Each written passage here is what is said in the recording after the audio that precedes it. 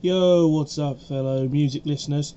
Huge finds at mostly the car boot sales and also some finds in Haverhill, as well as some local finds. Let's start off with this. This is J.S. Bach Organ and Harpsichord Music. This is a CD that I picked up. CD2 is a bit scratched to oblivion, which is of course the harpsichord. Very nice to have this indeed. Very nice indeed. Always a nice thing to have, because I do like organ and harpsichord. Next we have a whole collection of cassettes. First of all we have Klaus Wunderlich, the collection volume 2. Apparently he made 300 albums. I have about 290, maybe 280 albums still to go. So yeah, quite a few of them to go. Another Klaus Wunderlich, oldies in Hammond style and newies. Very nice cassette to get again. Like I say, I'm very strange, I do like his music, which is nice to get. Klaus Wunderlich, from New York to Yokohama. I think it is somewhere in the USA. Very nice picture indeed. Next from the car boot sale, this is Klaus Wunderlich. So this is another one here, very nice one. This is when they were doing random stuff with sort of like various adverts and the picture was quite small. Still nice though, EMI label as well. Went to a car boot sale, got a load of good stuff, including Golden Country on the RCA label for cassette. A very nice picture indeed. Early stuff on here. I say there's no music in the background because of copyright infringements. I don't want to be playing something and suddenly get a copyright strike. I mean, you've seen my music, I could play that, but someone could still get a copyright. I could still get a copyright strike for some odd reason. Next we have Charlie Pride Special, RCA label. Again, the first ever country and western star to be a African American or native.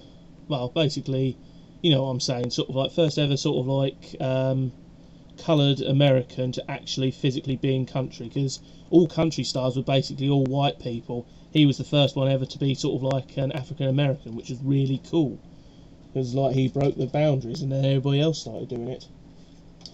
Next we have Country Greats, Blue Eyes Crying in the Rain. This is not a Willie Nelson album, it's just a track. I do like the country hats though, it shows you all the different kinds. It's very nice indeed. So you've got your usual sort of like V-shaped one, your sides up, and your usual sort of like normal hat. It's very neat indeed. Country Classics Volume 5. I do have quite a few of these. It's just basically a mixture of these. I'm going to have to seriously rearrange my country music. As I say, most of my country stuff is down below here. But yeah. Next we have Zamfir, Greatest Hits. Now, I listened to his album a while ago, and you may remember it from a few episodes ago. He's a panpipist. Why is it whenever you listen to one thing, they suddenly turn up? I found tons of his stuff. There was a couple of... I think this is the only cassette tape I have on him. I've found a few other albums, but they're just so scratched to oblivion, it's just no point.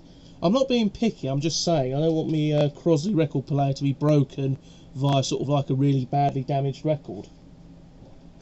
Next we have Kenny Rodgers, just Kenny Rodgers, from Golden Noise Records back in the day for £3 as well. Look at that, £3 back in the day.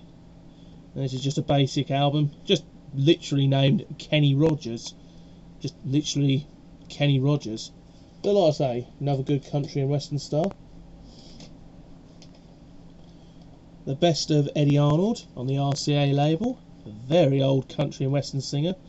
40s, 50s, some 60s, and I think he did 70s, but I think he passed away in the 60s, I'm not sure. Either way, nice to get. Another Klaus Wunderlich just came also from Haverhill. All the Klaus Wunderlich stuff came from Haverhill. The Entertainer Klaus Wunderlich, which I now have on cassette and record. I will probably be getting rid of the... Well, I probably won't be getting rid of either, because I like to have everything format. But it'll probably be a case of if I do not listen to that, then I don't have to listen to the record. I don't really know.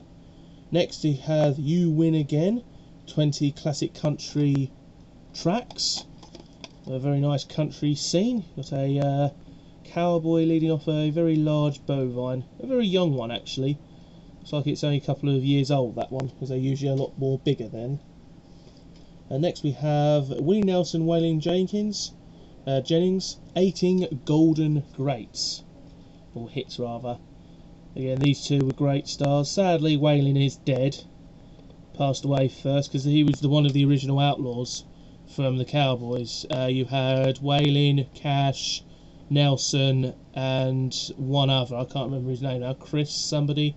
But yeah, Wallien was first to go, then Cash, and that was it. But like I say, I have heard them, and they're very good. It's great to find something like that. Going back to my local charity shop, I found an Elvis VHS. Elvis, The Lost Performances. This is of course the retro one, so they did this sort of like, they brought out a whole box set of these. So there it is. Here's the other thing though. It is 100% still sealed in the original wrapper. Now, I have the dilemma of, I really want to watch this. I have got other sealed sealed cassette tapes, VHS tapes. I don't know whether to open this to watch it or keep it sealed. These things are becoming quite rare. So do I keep it sealed and watch the value go up, or do I open it? Mind you, it is a later version. This is sort of like the Elvis star logo.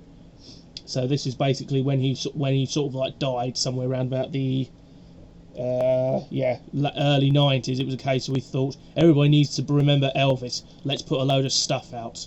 But yeah, anyway, great to find that sealed. I think I will keep it sealed, but I'll stick it with the Elvis collection, which is behind me somewhere here in this pile of VHSs. If you're wondering what this pile is here, this is all VHSs. Mixes of stuff, really. Anyway, next we move on to the records. Mixture of some from Haverhill and some from the car boot sale. First big one. Really big one.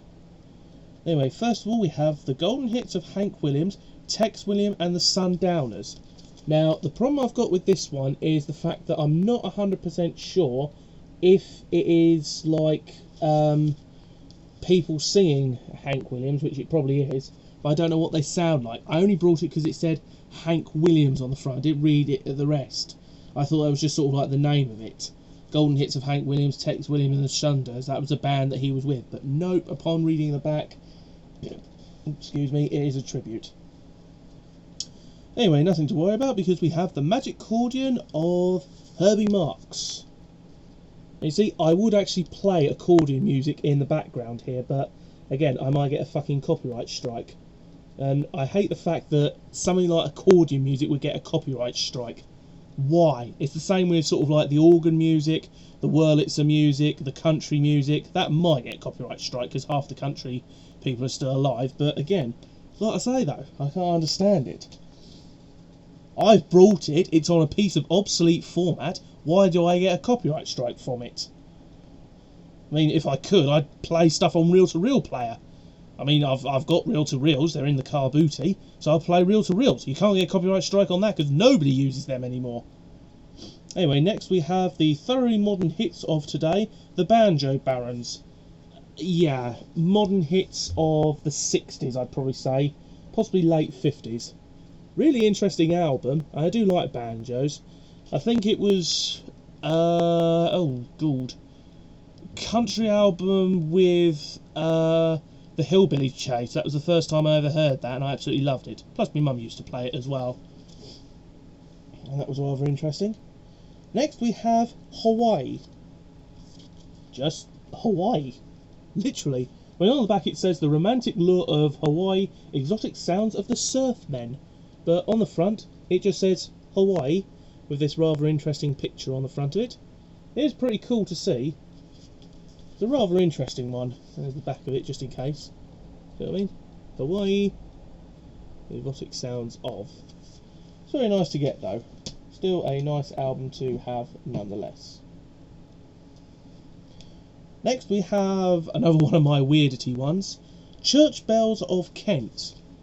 Yeah, now basically you may remember the Dark album that I pronounced horribly, that was basically German bells.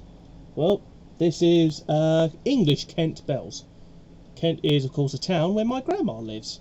Well, she lives in Gravesend, but it's in that sort of Kent area. It's where my mum grew up as well, so my mum probably knows most of these bells. But yeah, it is very nice to get, and like I say, it's a very nice thing to get.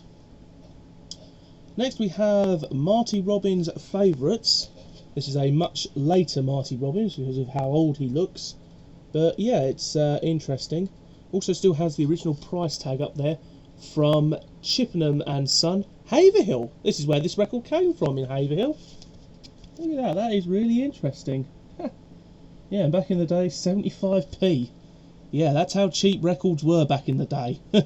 Nowadays it's like a case of, what, 8-9 quid for the cheapest one? Well, that's going sort of like along borderlines of sort of like mainstream stuff. Next we have Country Smash Hits Country Style, number 3.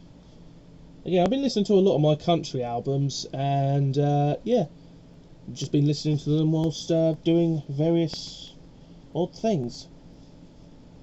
Next we have Haunting Melodies, Electric Wind Assemble, 20 instrumental hits featuring panpipes and flute. Well, I can't say no to that, can I? It is absolutely lovely cover as well. I actually thought this was a classical piece. The only reason why I bought it was because I thought Electric Wind Assemble. Electrical panpipes, maybe? Either way, very interesting to get. Very nice. These ones are from the car boot sale now. Country Music USA. Now, this is probably an urban explorer's dream. I don't know if at the time when they photographed this picture, get that there, yeah, I don't know if when they were photographing this picture, this was an abandoned house, but if it was an abandoned house, wow, the amount of urban explorers that would want to know where that was. And yes, I do know about urban exploring. I don't do it, but I'm the person who doesn't care about the interior, other than the organs and the older stuff there, and why you can't take stuff. I'm more the person who's looking in the corners for the balls of light, the shadow figures, and stuff like that. Next we have 20 of the best country duets. It's not often you find a duets album. It's very interesting. This has a little bit of damage on the rear. I don't know if that's water damage or scratchage, but either way. Although I do have a big question for people out there though. Next we have Country Greats. This looks like it was from a box set, but it's hard to retell. Nice to get. Love the 59 Cadillac in the background there. Shows the age of the music. Next we have this double, which is definitely a double. It's the World of Country Giants. Quite literally on the word giant, so there's a big boot. How do you get paint off of a record sleeve? As you can see, there is a lot of paint on there. Oh, there's some on the front as well, I've only just noticed. Darn. But yeah, how do you get it off? I mean, I don't want to damage it to the point where I'm basically like rubbing off the record, or I'm damaging the actual cover. I know water might do it, but that might also cause some other damage. And then finally we have another Marty Robbins, just literally Marty Robbins. This is on the Spot Records album. There's a nice picture of him on the front there. And then on the rear you have another picture of him as well. Very nice album to get. Anyway, that is it. That was a huge amount of stuff.